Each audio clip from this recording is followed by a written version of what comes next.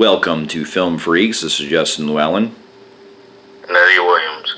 And tonight we're going to be doing another audio review, this time of a film that got me quite curious. It's Ma, which is directed by Tate Taylor and is produced by Blumhouse Productions and stars Octavia Spencer, Juliette Lewis, and Luke Evans. And this is a film about a woman, or it's about a girl that moves into a small town, a hometown in Ohio after her mother, played by Juliette Lewis, comes back and had a divorce. Yeah, and basically she wants to live a new life or come back to her hometown and everything.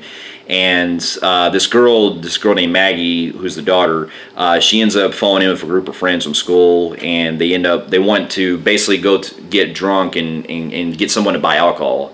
And basically, when they run out of luck trying to get somebody to buy it for them, they come across Octavia Spencer's character, Sue Ann, and basically she ends up buying alcohol for them, and then they end up, basically as you see in the trailer, she ends up inviting them to her house to party out and stuff. And after some time has passed and they start to like hang out there more often, one of the main girl, she starts to notice some like unusual things about her. And we'll leave it there because that's really the basis of the movie. Yeah. Now, here's a little backstory. Now, going into the trailer of this film, it actually kind of got me curious because I do like that we're starting to see these kind of like stalker type movies that we're seeing like we used to see back in like the mid to late 90s. Yeah, and I like that a lot of the stalker approach films also are using a actual pretty good deep story premise. Yeah. With this genre. And another thing that got me really curious was I'm a big fan of Octavia Spencer. I think she is one of the most underrated actresses in Hollywood right now. She's played in a lot of comedies, a lot of cameos. If you've known her, she was in Bad Santa. She was funny for what she had. She's known for religious films and very heartwarming, family-oriented stories, and she usually shines in about every one of them. Yeah. Like in The Shack, where she played pretty much God. She was, outstanding in that movie. She played the one with Chris Evans, with Gifted. The little girl who was pretty smart. She played kind of like the neighbor, the godmother type thing. Yeah, Gifted. She was great in that.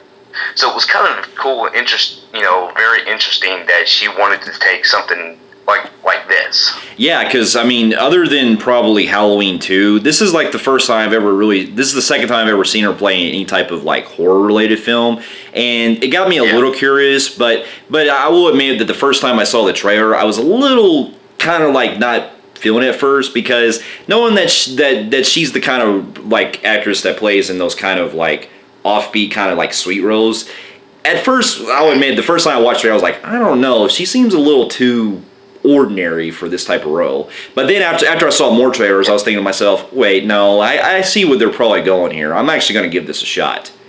And going from the trailers, it also kind of got me a little curious too, how they were going to go with this approach with, these type of obsession movies, because we earlier had a film that was kind of similar to this, but it was a fucking train wreck, and that was The Intruder. So this one looked like the pretty much taking that and actually turning it into a better version of it. And after much upon seeing it, I can honestly say that this was quite an enjoyable film. I actually really enjoyed it. Yeah, I found it very entertaining. I enjoyed it. Yes, it does have some flaws. I'll get into that in a second. But for overall, I enjoyed it. It was very entertaining. Yeah, it was. And to get my pros out of the way, the thing that really carries this film the most for me is Octavia Spencer. Not only did she blow me away. Octavia Spencer carries this movie. She was straight phenomenal. Yeah. She was just downright fun. Mm-hmm. That's why I love this actress. She is very talented, but never used. Yeah, and basically, and keep in mind, she's also been nominated for 3 times for Best Supporting Actress in the past. Mm-hmm. And she really carries not only she kind of gave me a vibe very akin to Kathy Bates' role in Misery, where she comes across as very kind of like nice at first. Misery mixed with a little bit of Carrie-ish with a deep backstory, which we won't get into. Yeah. But she is fucking like. She showed what I really like is what she put into this film. Her performance. She plays this kind of like a happy person, just likes to have fun. Then she switches to being dark and menacing to psychopath to fucking sadness. It just her emotions work so perfect for this film. Absolutely, and and it was great to see that they had a great balance for her, where she would go from like one moment being like this very very nice, very fun-loving person, and then like when you really get to see like the shit that she goes through, especially when it's revealed some of her backstory, you can really see on the edge of a person experiencing mental illness like this. Yeah, like it ends up getting into the mental illness stage. And also, that goes to my other pro I like, while it's not original, I did like the whole, like, there was more to her than just being a psychopath. And it goes and digs in deep into a backstory. I'm not going to go into detail, but it makes you wonder, while what she's doing is fucked up, it plays off as she had a backstory, something happened to her. Yeah. And comes to play in the future. It's like kind of, I don't know what you like to say, a revengeful type plot? Pretty much, in a way, yeah. Yeah. But I like the whole, like, there's something that screwed her head up. Well, and there's also a point that I felt like there are some some actual like layers to her character that I kind of got into, because besides her backstory, they also reveal some other things that we didn't even really get in the trailers that the movie actually shows us. And yes. I actually liked that they took that angle.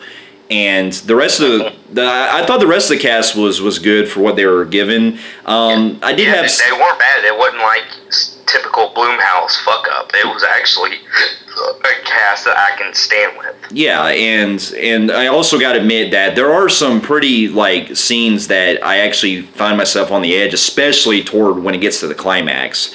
Like I was feeling unnerving toward the end of it. They were gonna really go into like where like pretty much all bets are off. Yeah, and I thought they did that climax perfectly in it. And like I'll explain to you after the review, I liked the closure of it. I did too. Because that person where she's lying, that kind of made sense, because the whole shit started because her obsession with that guy. Yeah. And from what I also gathered too is I also like some of the like other like offbeat moments where, because this movie actually sets up some really menacing tension, especially the parts where she's just like watching them in the fucking background, or like you have them like kind of doing like these cool shots where it shows like her face like in a close up, and you see like them like in the background and stuff. I like the direction of this. I thought was kind of cool, the way the camera angles were done. Yeah, the camera angles, and then like where she's like really looks at, like, I like the whole like stalker approach where she's looking them up on Facebook. Yeah. All that stuff, and then she starts connecting the dots, and she's like, ooh, Yeah. And okay, I know who you are, type shit. So it's like, I love that, like her digging deep, and not only that, the party scenes were kind of fun. They were, like, yeah. I mean, especially because I actually, for some reason, I enjoyed the shit out of it. I did too. Like the first half really does feel like your typical,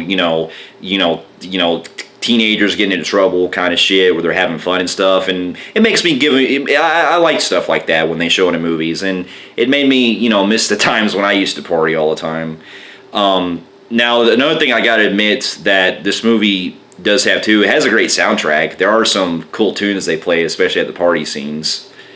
Yeah, now they played the very 80s vibe. Yeah, and now if there are ironically, but then again, there's an 80s tone when it goes in the context talking about her backstory. Yeah, and I will admit, this movie actually does push some shit that it kind of leads, like, well, I won't go into spoilers, but they actually get away with something that is kind of like very pushy, if that makes sense. Like it really, like they come close to getting away with some shit that probably I was actually surprised they got past the censors for.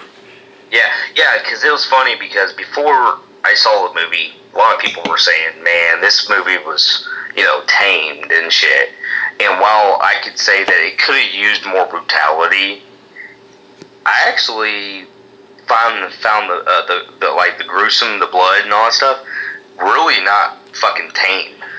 Yeah, I didn't. I don't know what people were watching, if they were watching some fucking cutscenes of something, but there was some pretty over the border shit. There was, and especially now, like I say, we won't get into the climax, but there's also something that happens that I felt like kind of disturbed after, like toward the end of it. Like I was like, that's a little much there. But now, if I really had now here's where I kind of get to some of my cons. Now, as much as I was getting to some of the way the kind of story goes along, I mean, this is kind of more of a con with how we see these type of movies in general. There's certain things that Octavia Spencer's character goes through, that she does, that I did kind of find illogical on a writing standpoint, that I don't think would actually work in a situation like this, in some parts, like the way that she kind of gets away with certain stuff. Like certain stuff, not getting caught much at work because she works at a veterinarian hospital, and office, and she was getting away with stealing meds and stuff, and just, I don't know, it does get off the wall a little bit. But one of my cons I do want to say, and I'm gonna put this at the best way I can without spoiling. I had an issue with, and this comes in the context, don't think this is just Octavia Spencer meets some kids and she slashes them. There's actually, these kids are connected to her past. And while three of them, one of them is kind of not, it's hinted, but it's not, but three of them are connected. Yeah. But there's 5 kids. And why I can get the revengeful plot on the 3, I don't get why she was after the other 3 kids, because there was 6. Count me wrong, there were 6. One, which I don't understand why she was in that part, because all she was an extra. So I don't get why she was in that last scene. Yeah. So that kind of bothered me a little bit, because the movie is going for more revengeful. You find out later. Yeah. Twist. I mean, I guess what it is, but it's just you get what I'm saying. Yeah, I got you. I mean, I get why I don't get why those other 3 were involved. I think what they were trying to imply was, and this really falls into more of my cons with this, is that it's your typical psychological horror approach that they do in a lot of other films, where when you know how the way it's going to go along, there's going to be like this really big reveal and stuff. And while I did like it, it is very beat for beat from other films. And I also felt like the way that she did use the other people, I felt was just to pretty much because they're part of the group, is from what I got. Yeah, but it's the same type of cliche that they use. I felt like it left its meaning. Yeah, revengeful. Like she had a purpose. Yeah, that's what I'm saying. There was a purpose why she's after at least the 3. Yeah, I got you. But the other ones, I just don't. I don't get, especially the extra. What the fuck was the extra in that one? Yeah, I didn't get that either. And but there's also some. I did have a little problems with some editing. Like, yeah, I was going to say that too. The first they went from party and example, she has them come over for the first time they party. She goes, "Yeah, I gotta take your keys until you're done drinking." I found it kind of weird that they also got the keys that same night. Yeah, I did find that kind of weird. And plus, there was also another. When I drink, usually, you're done for the night. Yeah. And there's also a scene that I did feel like they missed a scene or something, like because the way it was edited.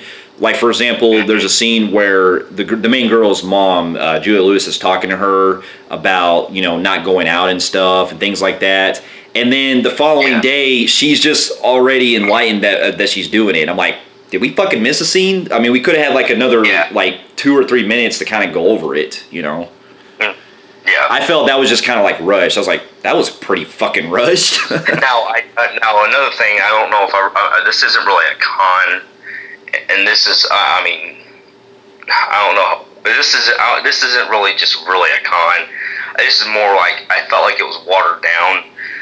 There's a thing that happened to Octavia Spencer's character, which drew her to go nuts. And while that thing they pulled on her is fucked up, I'm not I'm not trying to judge people who's probably been in, you know, real shit like that and how it affected y'all. But the way it affected her, I don't see her becoming that big of a psycho over that.